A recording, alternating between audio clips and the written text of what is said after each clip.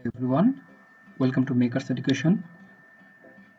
Microsoft Word basic কোর্সের second ক্লাসে আপনাদের সকলকে স্বাগতম।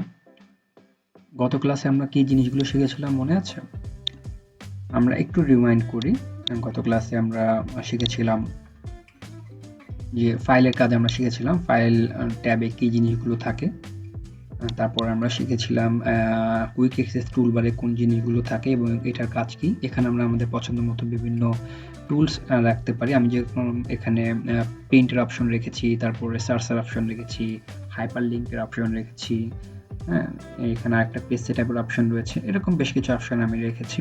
তারপরে আমরা হোম বাটনে শিখেছিলাম কিভাবে আমরা বিভিন্ন ওয়ার্ড সিলেক্ট করতে পারি, ফন্ট সিলেক্ট করতে পারি, ফন্ট ছোট বড় করতে পারি। আজকে আমরা এই হোম বাটন থেকে আমরা শুরু করব। এখান থেকে কিছু জিনিস শিখিয়ে আমরা পরবর্তীতে ইনসার্ট, ডিজাইন এগুলোতে পর্যায়ক্রমে যাব। তো চলুন শুরু করা যাক। প্রথমেই আমরা কোন একটা লাইন লিখি, মাই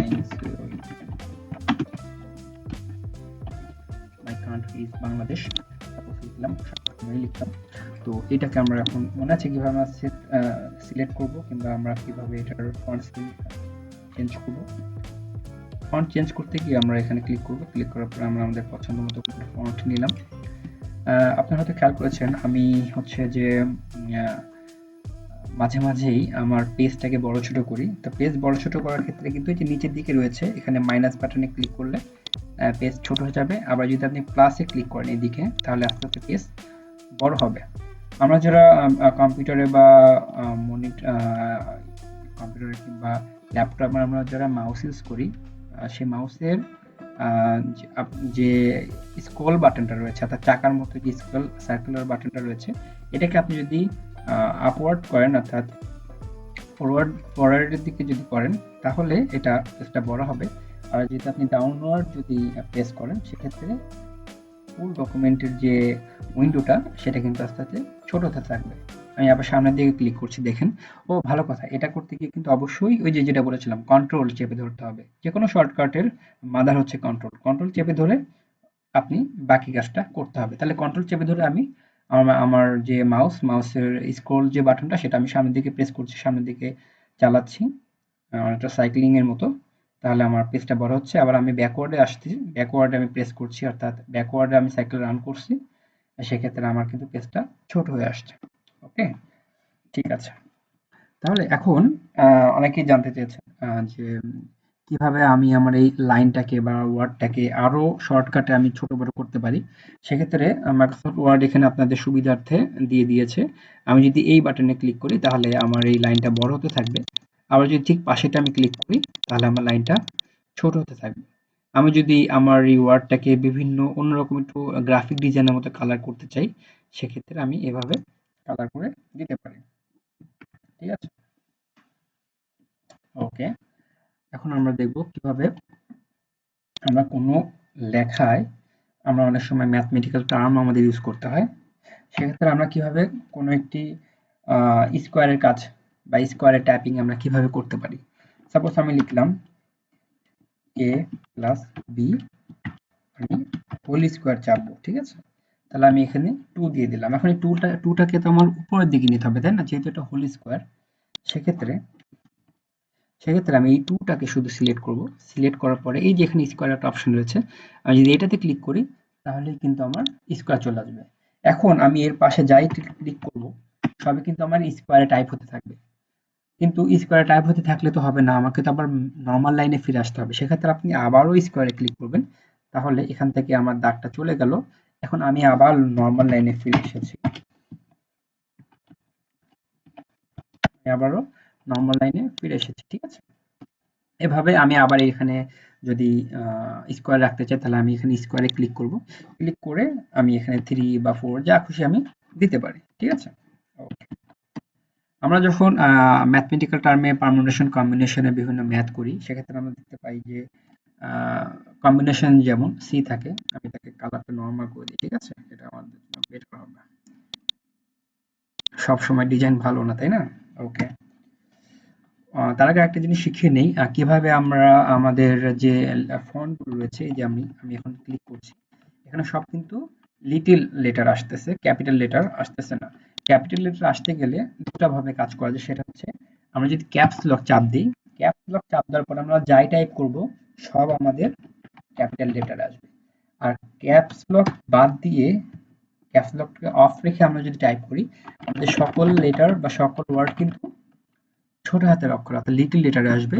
আর ফার্স্ট যে ফন্টটা সেটা কিন্তু অটোমেটিক্যালি বড় হাতের হয়ে যাবে, ক্যাপিটাল লেটার হয়ে যাবে। আপনি চাইলে এটাকে আবার ছোট করে দিতে পারেন। ঠিক আছে? ছোট করার সিস্টেমটা কি? এখন কিছু আমি শর্টকাট শিখবো। শর্টকাটটা হচ্ছে যে আমি যেমন এই লাইনটার সকল ফন্ট বা সকল আমি লেটার কি করতে চাই, বড় হাতের বা ক্যাপিটাল করতে চাই। সেক্ষেত্রে আমাকে চলে যেতে হবে, এই যে এইখানে চলে যেতে হবে, দেখা যাচ্ছে? এইখানে চলে যেতে হবে। এইখানে গিয়ে আমি সিলেক্ট করব যে আপার কেস অর্থাৎ একটা লাইনে যত ফন্ট বা যত লেটার রয়েছে সব ক্যাপিটাল লেটার হবে। আমি সিলেক্ট করলাম, সব কিন্তু ক্যাপিটাল লেটারে হয়ে গেল। এখন আমি দেখছি যে না, আমি এটা একটা ওয়ার্ড বানালাম, এটা একটা ওয়ার্ড বানালাম, এটা একটা ওয়ার্ড বানালাম, এটা একটা ওয়ার্ড বানালাম, ঠিক আছে? এটা একটা ওয়ার্ড বানালাম। এখন আমি চাচ্ছি যে না, সবগুলো ওয়ার্ডের শুধু প্রথম অক্ষরগুলোই ক্যাপিটাল লেটার হবে। সেক্ষেত্রে আমি আবারও ফুল যে লাইনটা সিলেক্ট করব, সিলেক্ট করার পরে সিলেক্ট করার অপশনটা মনে আছে তো? আমি যে কোনো একটা লাইনের বাম পাশের খালি জায়গাটাতে এসে আমি যদি একটা মাউসে ক্লিক করি লেফট বাটন, তাহলে আমার কিন্তু ফুল লাইনটা সিলেক্টেড হয়ে যাবে। আর সিলেক্টেড হয়ে গেল। এখন আমি আবার এখানে ফিরে যাব। ফিরে যাওয়ার পরে আমি এই যে ক্যাপিটালাইজ ইচ ওয়ার্ড, অর্থাৎ আমি যে এইখানে এইটা একটা ওয়ার্ড ধরেছিলাম, এটা একটা ওয়ার্ড ধরেছিলাম, তাহলে আমি পুরোটা সিলেক্ট করার পর যখন আমি এইখানে আসব, তখন প্রতিটা ওয়ার্ড আলাদা আলাদাভাবে ক্যাপিটাল লেটারে হয়ে যাবে। অর্থাৎ এই ওয়ার্ডটা শুরু হয়েছে ক্যাপিটাল লেটারে, এটা ক্যাপিটাল লেটারে শুরু হয়েছে এবং সবগুলো ক্যাপিটাল লেটারে শুরু হয়ে স্মল লেটারে শেষ হয়েছে। এখন আমি যদি চাই যে না, সবগুলো আমি বড় করব, তাহলে আমি আপনার কাছে ক্লিক করব। আমি যদি চাই যে না, সবগুলো আমি ছোট রাখবো, তাহলে আমি লোয়ার কেসে ক্লিক করব। আমি যদি এরকম করি যে টু গোল কেস করি, তাহলে সেক্ষেত্রেও আমার সবগুলো ওয়ার্ড বড় হাতের অক্ষরে হয়ে যাবে। আবার আমি যদি বলি যে না, আমি সেন্টেন্স কেস করব, অর্থাৎ সেন্টেন্স কেস কিরকম, যে শুধুমাত্র প্রথম ওয়ার্ডের প্রথম লেটারটা বড় হাতে থাকে, ক্যাপিটাল লেটারে থাকে, বাদ বাকি সব ছোট। সেক্ষেত্রে আমি এটা সিলেক্ট করলেই আমাদের শুধু প্রথমটা, অর্থাৎ বাই ডিফল্ট যে জিনিসটা হয়, প্রথমে আমরা টাইপ করার সময় দেখেছিলাম যে অটোমেটিক্যালি এটা ক্যাপিটাল লেটার হয়ে গিয়েছিল, ঠিক ওই ফরম্যাটে ফিরে যাবে। ঠিক আছে? ওকে, তাহলে আমরা আরেকবার একটু রিভাইন্ড করি যে আমরা লাইনটা সিলেক্ট করলাম, সিলেক্ট করার পরে আমরা এখানে আমাদের পছন্দ মতো যেটাতে ক্লিক করব, যেমন লোয়ার কেস করলে সব লোয়ার কেস হয়ে যাবে। ওকে ওকে, এখন আমরা দেখব ট্যাবের কাজ। কিবোর্ডে দেখবেন ক্যাপস লকের উপরেই ট্যাব নামে একটা অপশন রয়েছে। আমরা যদি কোনো একটা লাইন সিলেক্ট করি, সিলেক্ট করার পরে আমরা যদি ট্যাব ক্লিক করি, তাহলে কিন্তু এই লাইনটা মুভ করবে, হোল ডকুমেন্টে এই লাইনটা মুভ করবে। ওকে, আমরা আবার আগের জায়গায় ফিরে আছি। ফিরে আসার ক্ষেত্রে দুটো অপশন রয়েছে, আপনি কন্ট্রোল জেড দিয়ে ফিরে আসতে পারেন, কিংবা আপনি সিলেক্টটাকে বাদ দিয়ে আপনি এখানে কার্সর ধরবেন, ধরার পর আপনি যদি ব্যাক স্পেস ক্লিক করেন, তাহলে আপনি আবার আগের অবস্থায় ফিরে আসবেন। ধরুন আমি কোন একটা লেখা লিখলাম এরকম, তারপরে আরো কিছু লিখলাম, লেখার পরে আমি এখন চাচ্ছি যে এই লেখাটাকে আমি সাপোজ আমরা যখন কোনো অ্যাপ্লিকেশন লিখি, আমরা কিন্তু নিচে যখন আমরা লিখি যে বিনীত অমুক বা সদয় নিবেদন অমুক, এরকম যখন লিখি তখন কিন্তু সেটাকে আমরা সেন্টার অ্যালাইনমেন্টে লিখি, কিরকম যে অনেকটা এরকম থাকে। এখন এই লেখাটাকে তো আমার এই যে এইখানে নিয়ে আসতে হবে, কিভাবে আমি সেটা নিয়ে আসবো? সেক্ষেত্রে ট্যাব আমাকে কাজ করতে পারে। সেক্ষেত্রে আমি যদি এটাকে ক্লিক করি, ট্যাবে ক্লিক করি, তাহলে আস্তে আস্তে ফুল যে লেখাটা আমি অ্যালাইনমেন্ট করেছিলাম সেন্টার্ড, সেটা কিন্তু সেন্টার অবস্থাতেই আস্তে আস্তে মুভ করবে। আমি যদি আবার আগের অবস্থায় ফিরে আসতে চাই, তাহলে সেক্ষেত্রে আমাকে এই যে এখানে এসে কিংবা কন্ট্রোল জেড এর মাধ্যমে আগের অবস্থায় ফিরে আসতে হবে। ঠিক আছে? আমরা চাইলে এই যে এইখানে যে অপশন রয়েছে, আমরা ট্যাব বাটন ক্লিক না করে আমরা এই মনিটরের এখান থেকেও আমরা করে নিতে পারি। মাইক্রোসফট ওয়ার্ডে এখানে শর্টকাট দেয়া রয়েছে। ওকে, ঠিক আছে। ওকে, এখন আমরা দেখব যে কিভাবে আমরা আমাদের যে এখানে যে ফন্টের যে ডিজাইনগুলো রয়েছে, আমি গত ক্লাসে বলেছিলাম ফন্টের ডিজাইনগুলো এখান থেকে আমরা চেঞ্জ করতে পারি, কিংবা আমরা যে গতানুগতিকভাবে এখান থেকে আমরা চেঞ্জ করতে পারি।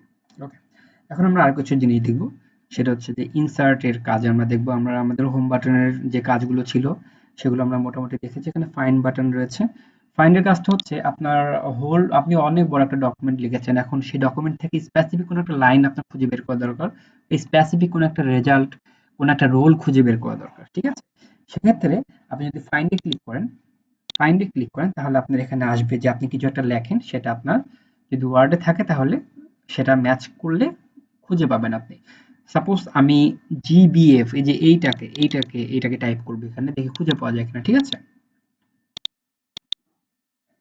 জিবিএফ, এই যে জিবিএফ আমি ক্লিক করার পর এন্টার দেওয়ার পরেই কিন্তু আমার এটা সিলেক্টেড হয়ে গেছে, ঠিক আছে?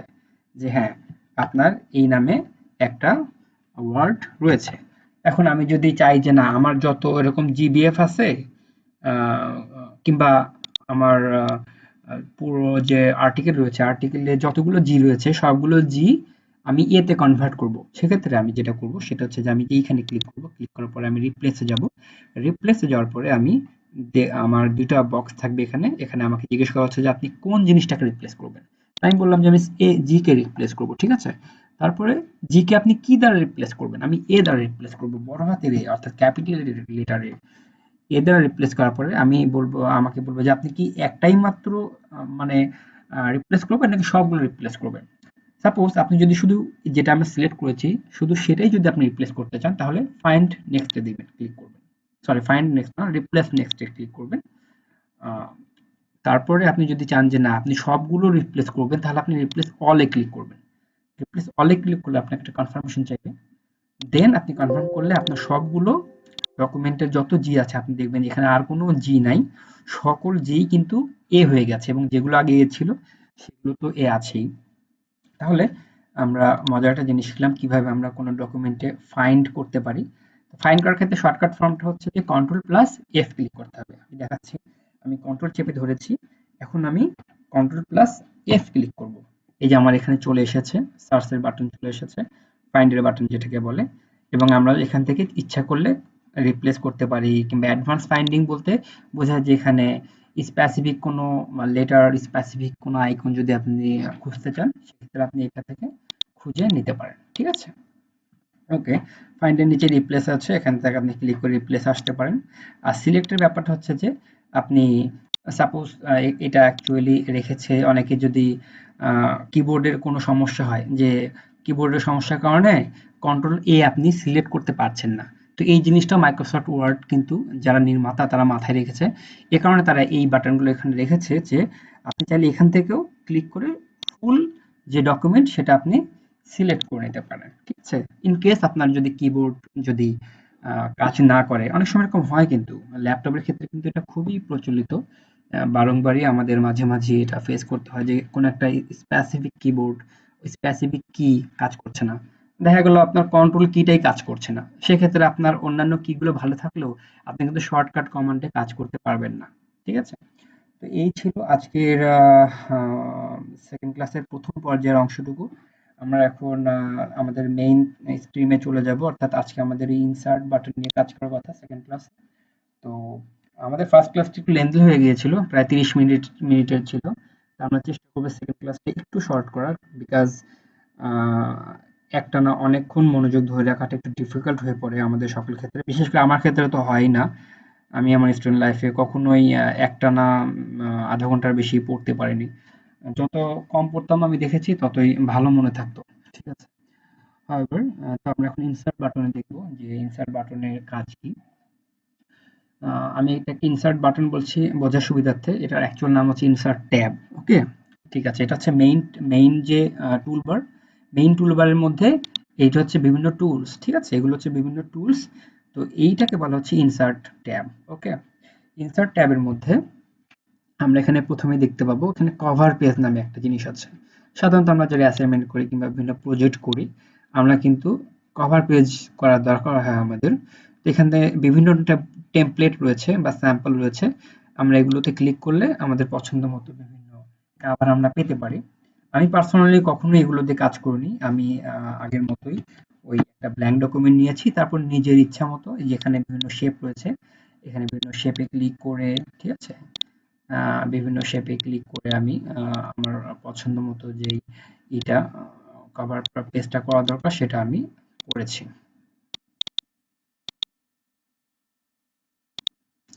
ওকে, এবার তো এখান থেকে আমরা ইনসার্ট বাটনে আবার ফিরে যাই। তো এখানে আমরা কভার পেজ করতে পারবো। তারপরে আমরা ব্ল্যাঙ্ক পেজ নিতে পারবো। আমরা যদি নতুন কোনো ব্ল্যাঙ্ক পেজ নিতে যাই, যে আমরা সাপোজ যারা আমরা একদমই নতুন আছি, তারা দেখা যাচ্ছে যে আমরা ফার্স্ট পেজে টাইপ করতে করতে আমাদের এখন মনে হলো যে না, সেকেন্ড পেজে আমাদের যাওয়া দরকার। তো কিভাবে সেকেন্ড পেজে যাব? সেক্ষেত্রে কয়েকটা উপায় রয়েছে। আহ, তো একদম বেসিক যে উপায়টা সেটা হচ্ছে যে এই যে এখানে আমি ক্লিক করলে আমার নতুন একটা পেজ কিন্তু চলে আসবে। ঠিক আছে? আবার আমি যদি কন্ট্রোল এন্টার ক্লিক করি, অর্থাৎ কন্ট্রোল চেপে ধরে আমি যদি এন্টারে ক্লিক করি, তাহলেও আমার আরেকটি নতুন ডকুমেন্ট বা নতুন একটা পেজ চলে আসবে। ঠিক আছে? আবার আমি যদি মনে করি যে না, আমি এন্টার চেপে ধরে রাখবো, সেক্ষেত্রেও কিন্তু আমার নতুন একটি ডকুমেন্ট ফাইল চলে আসবে।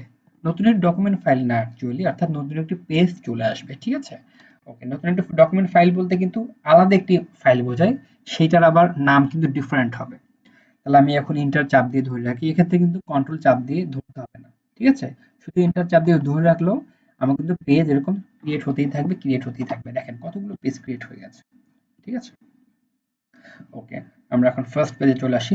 ভালো কথা, সাপোজ আমি কোন একটা পেজে আছি, আমি কিভাবে বুঝবো যে আমি কত নম্বর পেজে রয়েছি? সেক্ষেত্রে এই নিচের দিকে কর্নারে গেলেই আপনারা দেখতে পাবেন, এখানে হয়তো দেখা যাবে না, এখানে একটা ছবি দেওয়া আছে। যাই হোক, আপনারা মাইক্রোসফট ওয়ার্ডের একদম নিচের দিকে বাম পাশের কর্নারে গেলেই দেখতে পাবেন যে আপনি কত নম্বর পেজে রয়েছেন। ঠিক আছে? ওকে, তাহলে আপনি ৭ নাম্বার পেজে রয়েছেন। এখন আপনি ফার্স্ট পেজে কিভাবে যাবেন? সেক্ষেত্রে কন্ট্রোল প্লাস কিবোর্ডের হোম বাটনটা ক্লিক করলেই আপনারা ফার্স্ট পেজে চলে যেতে পারবেন। ঠিক আছে? আবার আপনি যদি মনে করেন যে না, আমি লাস্ট পেজে যাব, সেক্ষেত্রে আপনি কন্ট্রোল প্লাস এন্ড ক্লিক করবেন। এন্ড ক্লিক করলে আপনি লাস্ট পেজে চলে আসতে পারবেন। ঠিক আছে? ওকে, আমরা আবার ফার্স্ট পেজে চলে যাই। এখন আমরা ভাবছি যে না, আমি একটা পেজ ব্রেক দিয়ে তারপর লিখবো। তাহলে আপনি এখানে পেজ ব্রেকে যদি ক্লিক করেন, তাহলে এইখানে আর কোনো লেখাই থাকবে না। আপনার ডিরেক্টলি আপনার সেকেন্ড পেজে আপনার লেখাটাকে নিয়ে যাবে। সাপোজ আমি এই লেখার মাঝখানে আমি কার্সর ধরলাম, ধরার পরে আমি এখানে পেজ ব্রেকে ক্লিক করলাম। তাহলে কিন্তু পুরো লেখাটা আমার এখান থেকে শুরু হলো। নইলে আমার কিন্তু লেখাটাকে এরকম করতে হতো। লেখাটাকে আমার এন্টার দিয়ে দিয়ে নিচে নামাতে হতো। কিন্তু আমি তা না করে আমি পেজ ব্রেকে ক্লিক করলাম। তাতে করে আমার পুরো লেখাটাই নতুন একটা পেজে, অর্থাৎ পরের পেজে চলে আসলো। ঠিক আছে? ওকে, আমরা এখন টেবিলে কিছু কাজ শিখব। টেবিলে কাজ করার ক্ষেত্রে টেবিল খুবই গুরুত্বপূর্ণ একটা টার্ম আমাদের মাইক্রোসফট ওয়ার্ডে। টেবিল ক্লিক করার আগে আমাদেরকে একটা ডিসিশন নিতে হবে যে আমরা কতগুলো রো এবং কতগুলো কলাম করব। এই যে এই সাইড বরাবর যে আমি ক্লিক করছি, এগুলো হচ্ছে রো বলে। ঠিক আছে? আর এই যে ভার্টিক্যালি যেগুলো রয়েছে সেগুলো হচ্ছে কলাম। আমরা পেপারে পড়েছি, পেপারে যেভাবে আমরা পড়ি যে এগুলো হচ্ছে কলাম। তো আমরা সরি আমরা আগে নির্ধারিত করব, মনে মনে ডিসিশন নেব যে কতগুলো কলাম এবং রো আমাদের দরকার। তো আমরা প্রথমে টেবিলে ক্লিক করব। ক্লিক করার পরে আমরা সাপোজ আমাদের ৪টি রো দরকার এবং আমাদের ৪টি কলাম দরকার। ঠিক আছে? তাহলে আমরা ৪টা রো এবং ৪টা রো পর্যন্ত, কলাম পর্যন্ত এখানে এসে আমরা ক্লিক করে দিলেই কিন্তু আমাদের একটা নতুন ফাইল ক্রিয়েটেড হবে। এই ফাইল সরি নতুন টেবিল ক্রিয়েটেড হবে। এই টেবিল নিয়ে আমরা এখন কাজ করতে পারি। এখন টেবিল ক্রিয়েশন হওয়ার পর আমার মনে হলো যে না, আমার নিচের দিকে আরো কিছু ঘর বানানোর প্রয়োজন। সেক্ষেত্রে আমি যদি লাস্টের, এই যে একদম যে লাস্টের যে টেবিলটা রয়েছে, ঘরটা রয়েছে, এটাকে বলে সেল। লাস্টের যে সেলটা রয়েছে, এই লাস্টের সেলে ক্লিক করার পর আমি যদি ট্যাব ধরে রাখি, ট্যাব বাটন, কিবোর্ডের ট্যাব বাটন ধরে রাখি, সেক্ষেত্রে আমরা কিন্তু আস্তে আস্তে নিচের দিকে বাড়তে থাকবে। এখন আমি মনে করলাম যে না, আমি এই ৩ নাম্বার যে কলামটা রয়েছে এই কলামটা আমি রাখবো না।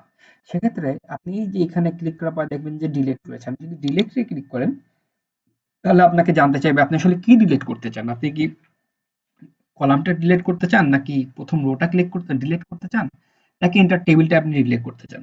সেক্ষেত্রে আমরা যেহেতু কলাম ডিলিট করব, আমরা কলামে ক্লিক করলাম। কলাম ডিলিট করার পরে আমাদের কিন্তু ডিলিটটা হয়ে গেছে। আমি আপনাদের বোঝানোর সুবিধার্থে আমি নাম্বারিং দিয়ে দেই। এ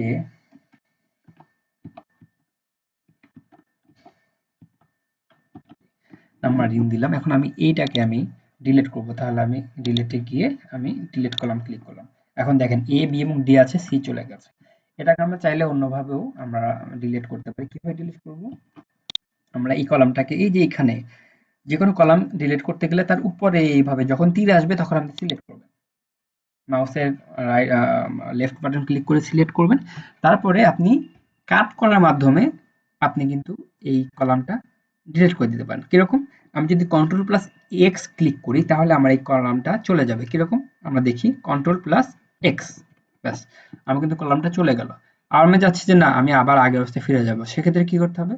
কন্ট্রোল প্লাস জেড। ঠিক আছে? এখন ধরুন আমি এই পুরো কলামের যে ফার্স্ট রোটা রয়েছে এই রোটা আমি কালার করব। সেক্ষেত্রে আমি আবার হোম বাটনে চলে যাব। হোম বাটনে যাওয়ার পর আমি প্রথম ক্লাসে দেখিয়েছিলাম কিভাবে সম্পূর্ণ একটি লাইন আমরা কালার করতে পারি। তো হোম বাটনে যাওয়ার পরে আমরা এই যে এখানে আসলাম, এখানে আসার পরে আমরা যে কোনো একটা কালার সিলেক্ট করলাম, তাহলে আমাদের পুরো রোটা কালার হয়ে গেল। এখন আমি এটাকে বোল্ড করতে চাই, তাহলে বোল্ডে ক্লিক করলাম, বোল্ড হয়ে গেল। এখন আমি চাচ্ছি যে না আমি দ্বিতীয় না তৃতীয় লাইনটা কালার করব, তাহলে আমি আবার এখানে চলে যাব। যাওয়ার পরে আমি আবার সিলেক্ট করব, অন্য কোনো একটা কালার দিলাম, আমার কালার হয়ে গেল। এখন আপনি চাচ্ছেন যে না আমি অন্য একটা এগুলোকে গতানুগতিক একটা ডিজাইন টেবিলের আমি অন্য একটা ডিজাইনের টেবিল করব। সেক্ষেত্রে এই যে টেবিলের সাধারণত ডান পাশের সরি বাম পাশের একদম কর্নারের মাথায় যেরকম একটা আইকন থাকে, এই আইকনে ক্লিক করলে ফুল টেবিলটা কিন্তু ক্লিক হয়ে যাবে, সিলেক্টেড হয়ে যাবে। তারপরে আপনি যেখানে যদি ডিজাইন রয়েছে, ডিজাইনে যদি যান, ডিজাইনে ক্লিক করলাম। ডিজাইনে ক্লিক করার পরে এইখানে ক্লিক করলে এই যে নিচের এইটাতে ক্লিক করলে আপনি এখানে নানান ধরনের ডিজাইন দেখতে পাবেন। তো আমি সাপোজ এইটা নিলাম। এইটা নেওয়ার পরে কিন্তু আমার বিভিন্ন ডিজাইনের সুন্দর একটা ডিজাইনের একটা টেবিল হয়ে গেল। আমি যদি চাই যে না আমি একটু স্পেসিফিক করব, সবগুলো কলাম রো আলাদা আলাদা স্পেসিফিক করব, সেক্ষেত্রে আপনি যে এভাবে করতে পারেন। ঠিক আছে? এভাবে করতে পারেন। বা আপনি যদি চান যে অন্যভাবে আপনি করবেন, এভাবে রাখতে পারেন। আমি সাধারণত পার্সোনালি যেটা করি সেটা হচ্ছে আমি একদম বেসিক যে টেবিল সেটাতেই আমি রাখি। রাখার পরে আমি আমার পছন্দ মতো সাপোজ আমি এইটুকু কালার করব, আমি এইটুকু কালার করে নিতে পারি। ঠিক আছে? এখানে ক্লিক করে আমি এইটুকু কালার করব, আমি এইটুকু এখানে ক্লিক করে কালার করে নিতে পারি। ঠিক আছে? এভাবে মানে কাস্টমাইজ করে যদি আপনি কাজ করেন সেক্ষেত্রে কিন্তু কাজটা অনেক সহজ হয়। তারপরে আমরা মনে করলাম যে এই যে আমরা যে টেবিলটা করছি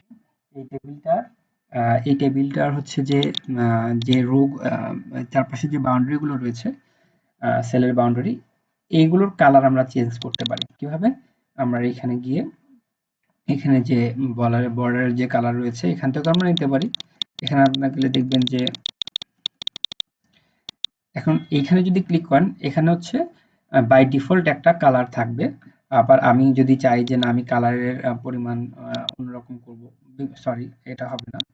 আমি যদি চাই যে কালার আমি ডিফারেন্ট স্টাইলের করব, ঠিক আছে? সেক্ষেত্রে কিন্তু এই অপশন থেকে আমরা সেটা দেখে নিতে পারি। আমরা এখন আমরা শেডিং এ না, আমরা এখন বর্ডার স্টাইলে আসবো। বর্ডার স্টাইলে আসার পরে আমরা এখানে বিভিন্ন স্টাইল দেখতে পাচ্ছি। ঠিক আছে? আমরা যদি এই স্টাইলে ক্লিক করি, ভালো কথা। এটা কিন্তু আমরা যদি এটার মাধ্যমে সিলেক্ট করার মাধ্যমে আমরা কিন্তু নড়াতে পারি। হ্যাঁ? টেবিলটাকে উপরে নিচে অনেক সময় দেখা যায় যে আমরা একটা টেবিল সিলেক্ট করেছি, সেই টেবিলটাকে আমাদের আপ ডাউন করা দরকার। সেক্ষেত্রে এই যে এইটাকে ধরে আমরা টেবিলটা আপ ডাউন করতে পারি। ওকে। তো আমরা কি বলছিলাম? আমাদের হচ্ছে যে সিলেক্ট করতে হবে, অর্থাৎ যে আমাদের পুরো যে টেবিলটা রয়েছে সেই টেবিলের বিভিন্ন কালার আমরা করব। বাউন্ডারি কালার করব আমরা দেখতে যাচ্ছিলাম। বাউন্ডারি কালার করার ক্ষেত্রে আমরা এখানের বিভিন্ন অপশনে যেতে পারি। আমি যদি এইটাতে ক্লিক করি তাহলে আমার কালো কালার হয়ে যাবে। আর আমি যদি অন্য কোনো কালার করতে চাই সেক্ষেত্রে আমি এই অপশন থেকে করে নিতে পারবো। ঠিক আছে? কিংবা আমি যদি চাই যে না আমি আমার টেবিলে কোনো বর্ডার রাখবো না। অনেক সময় এরকম হয় না যে আমরা কোনো একটা টাইপ করেছি, কোনো একটা জিনিস টাইপ করেছি, টাইপ করার পরে আমরা চাচ্ছি যে না আমরা এই টেবিলের বর্ডারটাই রাখবো না। সেক্ষেত্রে এই যে এখানে এসে ক্লিক করার পরে নো বর্ডার ক্লিক করলে কিন্তু মনে হবে যে আপনি কোনো টেবিলই করেন নাই। হ্যাঁ? আপনি এভাবেই টাইপ করেছেন। এটা কিন্তু অনেক ক্ষেত্রে প্রয়োজন হয়। ঠিক আছে? এটার আরো কিছু অ্যাপ্লিকেশন আমি আপনাদেরকে পরবর্তীতে দেখাবো। কিন্তু আজকে একটু দেখিয়ে রাখি। সাপোজ আমার টাইপিংটা কিন্তু এই বরাবর হবে। আমি এখানে কোনো টাইপিং করতে পারবো না। এখানে আমি হেডার দিতে পারবো। এখানে আমি যদি হেডার দিই তাহলে এই লেখাটা কিন্তু সব জায়গায় থাকবে। প্রতিটা পেজেই থাকবে। সাপোজ আমি এই পেজে লিখলাম তো, আমি যদি এরপরে নতুন কোনো পেজ নেই, সব পেজে কিন্তু আমার এই যে দেখবেন সব পেজেই এই যে হেডারটা আমি দিলাম না, এই হেডারটা সকল পেজেই থাকার কথা কিন্তু এখানে নাই। একটা সমস্যা হয়েছে নিশ্চয়ই। আমি হেডারটা ক্লোজ করে দিচ্ছি।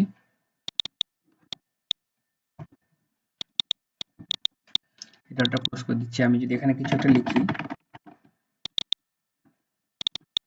It's a good thing Microsoft 2016 এই জিনিসটা ওরা অ্যাবলিশ করে দিয়েছে। এই জিনিসটা আজকে আমিও কাজ করতে গিয়ে নতুনভাবে দেখলাম, বিকজ মাইক্রোসফট ওয়ার্ড 2016 ইনস্টল করার পর আমি এই কাজটা করিনি। তো এর আগের ভার্সনগুলোতে সাধারণত হেডারে কিছু একটা লিখলে সেটা সকল হেডারেই থাকতো, বাট মাইক্রোসফট 2016 ওরা এই জিনিসটা রাখেনি। এটা খুবই ভালো করেছে। তো আমি যদি কোনো কিছু একটা, যেটা শেখাতে চাচ্ছিলাম আমি, যে কোনো একটা জায়গায় সাপোজ আমি এইখানে কিন্তু আমি লিখতে পারবো না, আমার লেখাটা এখান থেকে শুরু হচ্ছে, লেখাটা এখান থেকে শুরু হচ্ছে, আমি কিন্তু লেখাটা এখানে শুরু করতে পারবো না, ইচ্ছা করলে শুরু করতে পারবো না, এখানে আমার গিয়ে আবার সেট আপে যাইতে হবে। আমি তা না গিয়ে আমি চাইলে যদি এখানে কিছু একটা লিখতে চাই, সেক্ষেত্রে আমাকে ইনসার্টে যেতে হবে। ইনসার্টে গিয়ে আমাদের একটা শেপ নিতে হবে। শেপে গিয়ে আমাদের একটা যেকোনো একটা বক্স নিতে পারি আমরা। বক্স নেওয়ার পরে আমরা এই বক্সটাকে ড্র করব। ড্র করার পরে আমরা এই বক্সের কালারিং করব। কালারিং করব কিরকম? যে এই বক্সটাকে আমরা কোনো কালারই দেব না। কোনো কালার না দেওয়ার ফলে যেটা হবে সেটা হচ্ছে যে আমাদের বক্সটা দেখা যাবে না। এখন এই বক্সের মধ্যে আমরা বক্সটাকে সিলেক্ট করে অ্যাড বাটন ক্লিক করব। অ্যাড বাটন ক্লিক করে আমি অ্যাড টেক্সটে যাব। অ্যাড টেক্সটে যাওয়ার পরে মাই নেম, আমাদের ফন্ট কালারটা কালো করে নিতে হবে। মাই নেম ইজ, ওকে।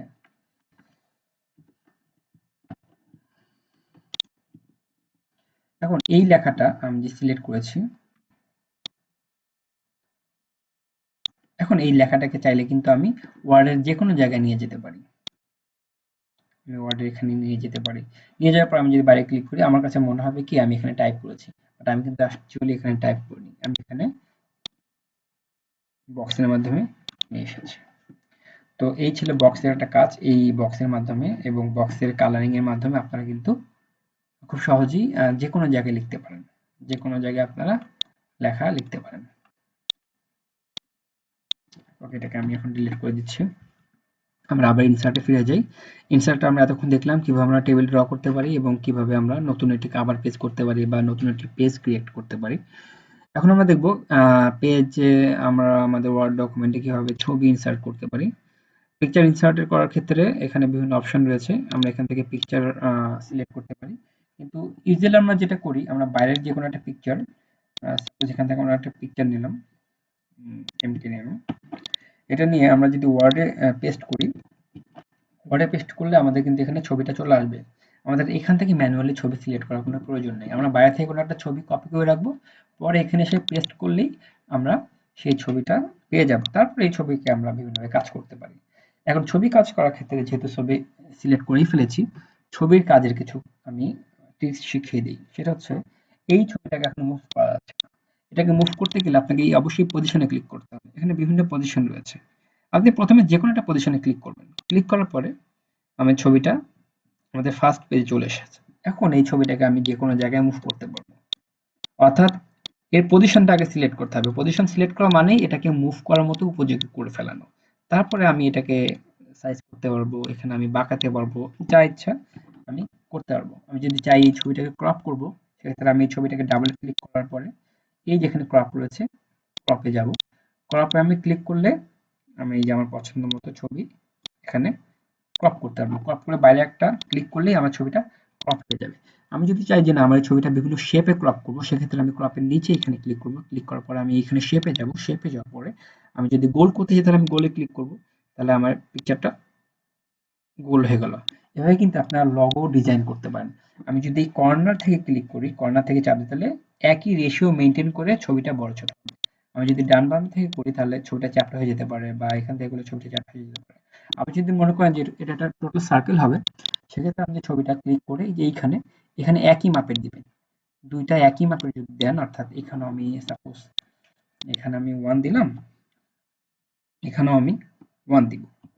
সেক্ষেত্রে কিন্তু আমার ছবিটা সার্কুলার একটা এখানে হয়নি অ্যাকচুয়ালি, এখানে বিকজ এখানে একটা রেশিও একটা অ্যাসপেক্ট রেখেছে। এখানে রেশিও অ্যাসপেক্ট রাখার কারণে এটা সার্কুলারে হয়নি। এটাকে আমরা ম্যানুয়ালি সার্কুলারে করে নিতে পারি।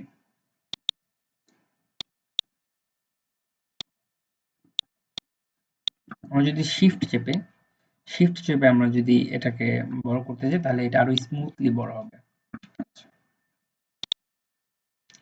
ওকে, এখন আমরা চলে যাই যে আমাদের যে অ্যাসপেক্ট রেশিওটা রয়েছে সেই রেশিওটাতে আমরা চলে যাই। আমরা দেখতে পাচ্ছিলাম এখানে আমরা আহ, আমাদের যে কাঙ্ক্ষিত রেশিও পাচ্ছিলাম না, অর্থাৎ এটাকে ছোট করলে এটাও ছোট হয়ে যাচ্ছে। সেক্ষেত্রে আমরা এখানে রেশিওতে যাব। রেশিওতে গিয়ে আমরা এখানে সিলেক্ট করবো হচ্ছে 1:1। 1:1 অর্থাৎ 1:1 অর্থাৎ যে আমার এই ছবির লেন্থ যা হবে ব্রেডের তাই হবে, দৈর্ঘ্য যা হবে প্রস্থ তাই হবে। এখন আমি এখানে যদি 2 ক্লিক করি, তাহলে পরবর্তীতে এটাও কিন্তু আমার 2 আমি ইচ্ছা করলে রাখতে পারবো। ঠিক আছে? এখন কিন্তু এটা টোটাল একটা সার্কেল রয়েছে। এখানে আপনারা দেখতে পাচ্ছেন সরি, এখানে আপনারা দেখতে পাচ্ছেন যে আমার এখানে যে দৈর্ঘ্য 2 আছে এবং প্রস্থ কিন্তু 2 রয়েছে। ওকে, তাহলে এভাবে ছবির কাজ আমরা করতে পারি। ছবির এখন আমরা যদি একটা ব্যাকগ্রাউন্ড দিতে চাই, যদি একটা ফ্রেম দিতে চাই, সেক্ষেত্রে এখানে বিভিন্ন ফ্রেম রয়েছে। এই ফ্রেমগুলোতে ক্লিক করলে, যে এটাতে ক্লিক করলাম আমার ফ্রেম চলে এলো, এইটাতে ক্লিক করলাম আমার একটা ফ্রেম চলে এলো। এভাবে বিভিন্ন ফ্রেম আমরা সিলেক্ট করতে পারি। ঠিক আছে? খুব সুন্দর একটা লোগোর মতো লাগছে। ওকে, তাহলে আমরা আবার ইনসার্ট বাটনে ফিরে যাই। ইনসার্ট বাটনে ফিরে যাওয়ার পরে আমরা ছবির কাজ দেখলাম। অনলাইন পিকচার বলতে আপনার কম্পিউটারে বা ল্যাপটপে যদি নেট কানেকশন থাকে তাহলে আপনি নেট থেকে ছবি সার্চ করে এখানে বসাতে পারেন। তার কোনো প্রয়োজন নেই। আপনি ছবি আগে থেকে ডাউনলোড করে কপি করে রাখলেই এখানে আপনি পেস্ট করতে পারবেন। ঠিক আছে? তারপর আমি শেপে আসি। আজকে এই শেপের মাধ্যমে আমরা আমাদের ক্লাসটা শেষ করব। বিকজ ক্লাস আজকেরটা অনেক লেন্দি হয়ে যাচ্ছে। ওকে, তো শেপে এখানে দেখবেন অনেক ধরনের শেপ রয়েছে। এরকম বিভিন্ন আইকন আমাদের বিভিন্ন আর্টিকেলে প্রয়োজন পড়ে। সাপোজ আমি যদি কোনো টেক্সট বক্স, এটাকে বলে টেক্সট বক্স। আমি সাপোজ ওয়ার্ড ডকুমেন্টে কোনো একটা জায়গায় স্পেসিফিক্যালি আলাদাভাবে লিখবো, সেক্ষেত্রে আমি ওয়ার্ড ডকুমেন্টের এইখানে ইনসার্টে যাওয়ার পরে আমি শেপে যাব। শেপে যাওয়ার পরে আমি টেক্সট বক্সে ক্লিক করব। ক্লিক করার পরে সরি, ক্লিক আমি আগে করে রেখেছিলাম সেজন্য এখন অফ হয়ে গেল। আমি আবার ক্লিক করব। ক্লিক করার পরে আমি যেকোনো একটা জায়গায় ক্লিক করলেই আমার এখানে টেক্সট বক্স চলে আসবে। এখন আমি যা খুশি তাই এখানে টাইপ করতে পারি এবং এই জিনিসটাকে আমি কিন্তু আসলে যেকোনো জায়গায় মুভ করতে পারি। ভালো কথা, এটাকে আপনারা কিন্তু যদি চান যে এই চারপাশের এই ব্যাকগ্রাউন্ড দেখা যাবে না, বাউন্ডারিটা, সেক্ষেত্রে আপনারা আবার ওই যে এই শেপে ক্লিক করে শেপ আউটলাইন যেটা আছে, এই আউটলাইনে ক্লিক করে আপনার নো কালার দিবেন। নো কালার দিলে কিন্তু এটা একদম অদৃশ্যের মতো হয়ে যাবে। আর আপনারা যদি চান যে না, ভেতরে কিছু একটা কালার থাকবে, সেক্ষেত্রে আপনারা শেপ ফিলে যাবেন। শেপ ফিলে গিয়ে কালার করবেন। এখানে আবার বিভিন্ন অপশন রেখে দিয়েছে মাইক্রোসফট ওয়ার্ড। এখান থেকে আপনারা বিভিন্ন অপশনের মাধ্যমে করতে পারেন। ঠিক আছে? এই ছিল হচ্ছে আমাদের শেপের প্রথম কাজ। তারপরে আমরা এখান থেকে বিভিন্ন রো ক্লিক করতে পারি। হ্যাঁ? রো ক্লিক করার ক্ষেত্রে এখানে বিভিন্ন কালারের অপশন রয়েছে। আমরা আবার ইনসার্ট বাটনে ফিরে যাই। শেপে আসি। শেপ থেকে আমরা রো ক্লিক করি। এখন এই যে আমরা এই লাইনটা যে নিব, এই লাইনটা সোজা হবে কিনা তার গ্যারান্টি কি?